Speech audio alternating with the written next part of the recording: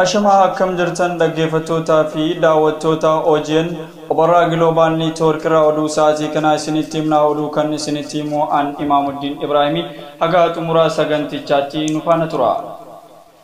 Sabboona Oromoo fi miseensa paartii ABO kan ta'an Jaal Muhammad Amin yeroo ammaatti waajjira qonnaa godina Harargee Bahaa aanaa Baabbilee keessa hojjechaa kan ture yoo ta'u humnoota mootummaa naannichatti argamaniin ajjeefamee darbamuun isaa dhagahame. Dabalatoo oduu kanaatiif akka armaan gaditti qindeessine. Sabboona Oromoo fi miseensa paartii ABO kan ta'an Jaal Muhammad Amin yeroo ammaatti waajjira qonnaa godina Harargee Bahaa aanaa Baabbilee keessa hojjechaa kan ture humnoota mootummaa naannichatti argamaniin ajjeefamuun dhagahame. Paartiin mootummaa biyya bulchaa jiru sabboontotaa fi miseensota paartii mormitoota kutaalee Oromiyaa garaagaraa keessatti argaman hidhaa fi reebaa ajjeesaa jiraachuun beekame.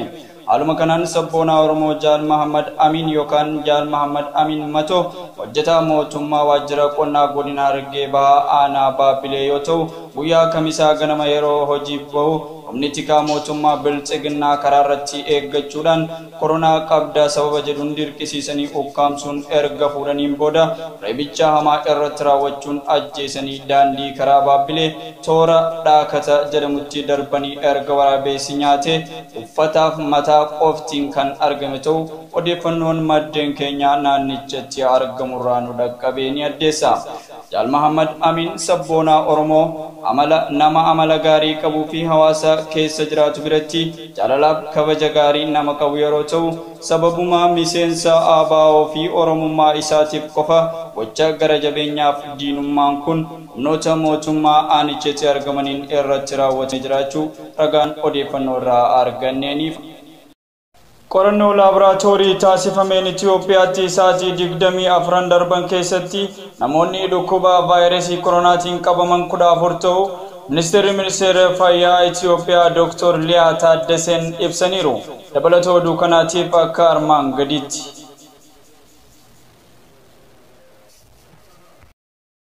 Qorannoo laaboraatoorii taasifameen Itoophiyaatti sa'aatii 24 darban keessatti samudaa namoota 3,000 fi 270 takka irratti qorannoo gaggeeffameen namoota 14 irratti vaayirasiin koronaa argame. Namoota 14 vaayirasichi irratti argame keessaa 6 seenaa imala biyya alaa kan qaban yoo ta'u 7 namoota dhibichaan qabaman waliin wal tuttuqii kan qabanii fi takka ammoo seenaa imalaas ta'ee tuttuqii kan hin qabneedha jedhameera. Namoota 14 dhukkubichaan qabaman keessaa 9 Finfinneerraa, 1 Oromiyaarraa konkolaachisaa daangaa qaxxaamuru, 3 naannoo Somaaleerraa tursaa addaa Jijjigarraa, takka ammoo naannoo Tigraay konkolaachisaa daangaa qaxxaamuru ta'us ibsaniiru. Namoonni kunneen korniyaadhaan 10 takka dhiira yoo ta'an ammoo 3 dubartoota akka ta'e Ministeerri Fayyaa Itoophiyaa beeksise. Umriin isaanii ammoo 9 hanga 68 gidduu ta'u Dr. Liyaa Taaddasaan ibsaniiru. Waliigalaan Itoophiyaatti lakkoofsi namoota vaayirasii koronaatiin qabamanii 365 Ministeerri Fayyaa Itoophiyaa Dr. Liyaa Taaddasee ibsan. Gabaasa guyyaa kaleessaa beerratti naannoo Amaaraa iddoo turtii addaa taa'ee jedhamee kan ibsame gabaasa caamsaa 9 bara 2012 beerratti ibsameen kan turee fi guyyaa kaleessaa deebi'amee kan ibsame ta'u ibsuun guyyaa kaleessaa namoonni vaayirasichi irratti argame 34 ta'uu Dr. Liyaan ibsaniiru. Qorannoo laaboraatooriitis samudaa namoota 62,300 gaggeeffameera jedhan. Qajeelfamoonni maallaqaa baankootarraa baasuu daangeessuu guyyaa har'aa irraa eegalee akka hojiirra ooluuf baankiin biyyaalessaa Itoophiyaa beeksise.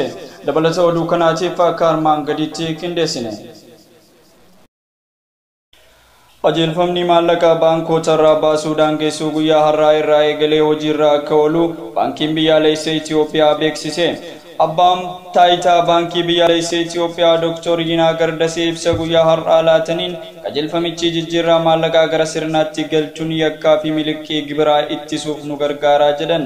Qajeelfamni haaraan har'a hojiirra oolu namni tokko guyyaan birrii 200,000 fi baatiin ammoo hanga miiliyoona takka maallaqa baasuu kan ayyamu ta'uu beeksisan. Dhaabbileen ammoo guyyaan hanga birrii 300,000 fi baatiin ammoo hanga birrii miiliyoona 2.5 baasuu ni danda'as jedhameera. bittaa fi sababa biroof maallaqa daangee walitti namoota barbaachisu ta'e dhaabbileen akkaawuntiidhaan gara akkaawuntiitti yookiin ammoo cheekiidhaan yookiin ammoo kaffaltii raawwachuus ni danda'u jedhameera. Bankiin qajeelfamicha darbee argame kaffaltii raawwatanirraa parsantii 25 adabbiin akka irratti raawwatus himameera. Qajeelfamichi baankota hundaa fi dhaabbileewwan faayinaansii xixiqqaa irrattis akka hojjetu baankiin biyyaalessaa Itoophiyaa beeksise. Egaan dhaggeeffattootaa fi hordoftoota Oboraa Global Network oduun guyyaa har'aaf jennee kan haga ammaatiin waliin turtan kana fakkaata. Oduuf odeeffannoo biraatiin yeroo biraa haga walitti deebinutti sagantaa keenyaaf waliin turtii gaarii qabaadha.